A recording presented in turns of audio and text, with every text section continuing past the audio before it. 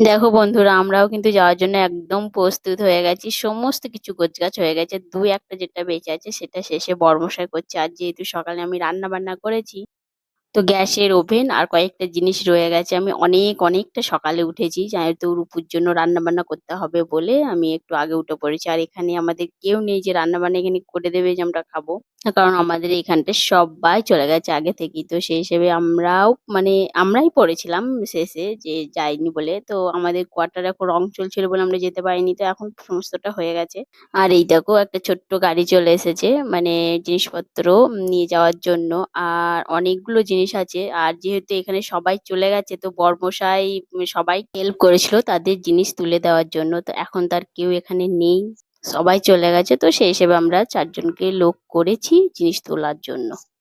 উপরের কোয়ার্টার, তো সেই হিসেবে সিঁড়ি ভেঙে ভেঙে যাওয়ার পক্ষে সম্ভব নয়। তো ফাইনালি দেখো, জিনিসপত্র সব গোছগাছ হয়ে গেছে। আর আমরাও কিন্তু গাড়ির পিছে যাব, কারণ রাস্তা আমরা জানি না। কি বলতে কি বলতো, এতটা মন খারাপ লাগছে, ঘরগুলো ছেড়ে যাচ্ছে, একদম ইচ্ছা করছে না ছেড়ে যেতে। মানে যখন এসেছিলাম তখন, মানে এসে একটু এরকম বোধ হয় যে কি রকম লাগে।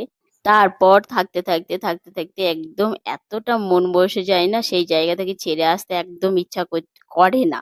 তো কি করব, কিচ্ছু করার নেই, ছেড়ে যেতেই হবে। আর এখানটায় আমার খুব খুব ভালো লেগেছিল, খুব মানে অনেক স্মৃতি এখান থেকে বয়ে নিয়ে যাচ্ছে, এটাও বলতে পারো। এখান থেকে আমার ছেলে আরএমএসে ভর্তি হয়েছে, অনেক কিছু। তো এখান থেকে ছেড়ে যেতে খুবই মন খারাপ করছে। নতুন জায়গায় জানি না কিভাবে নিজেকে মানিয়ে নিতে পারবো কি পারবো না, কিরকম কোয়ার্টার। আবার শুনছি নাকি যে সবাই আলাদা আলাদা জায়গায় আছে, যারা এখান থেকে গেছে কেউ এক জায়গায় নেই।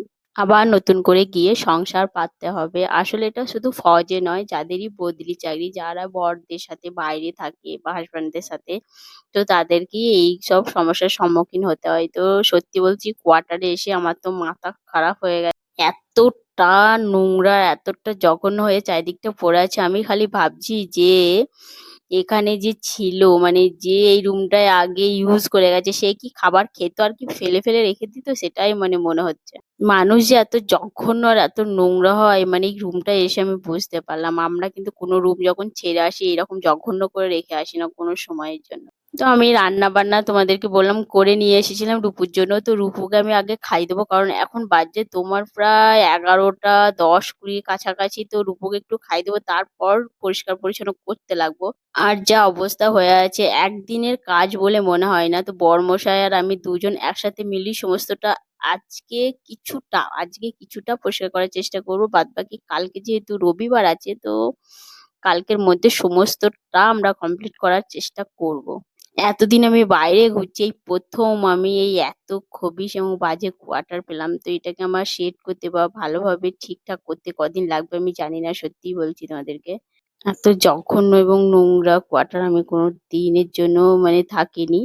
তো যাই হোক, নিজের মতো করে নিতে হবে। আর এই যে কোয়ার্টারের ছাদের অংশটা দেখো, ভাঙাচোরা, মানে কোয়ার্টার গুলো মানে পুরানো কোয়ার্টার, দেখে মনে হচ্ছে অনেকটা পুরানো কোয়ার্টার। এগুলো রিপেয়ার করার জন্য হয়তো করেছিল। তো যেহেতু আমাদের ইউনিট চলে এসেছে, তো আমাদের এগুলো দেওয়া হয়েছে। ছোট্ট পাড়া ছাদ দেখে আমার খুব ভালো লাগছে, বেশ রুপুর খেলার জন্য একটা জায়গা হলো।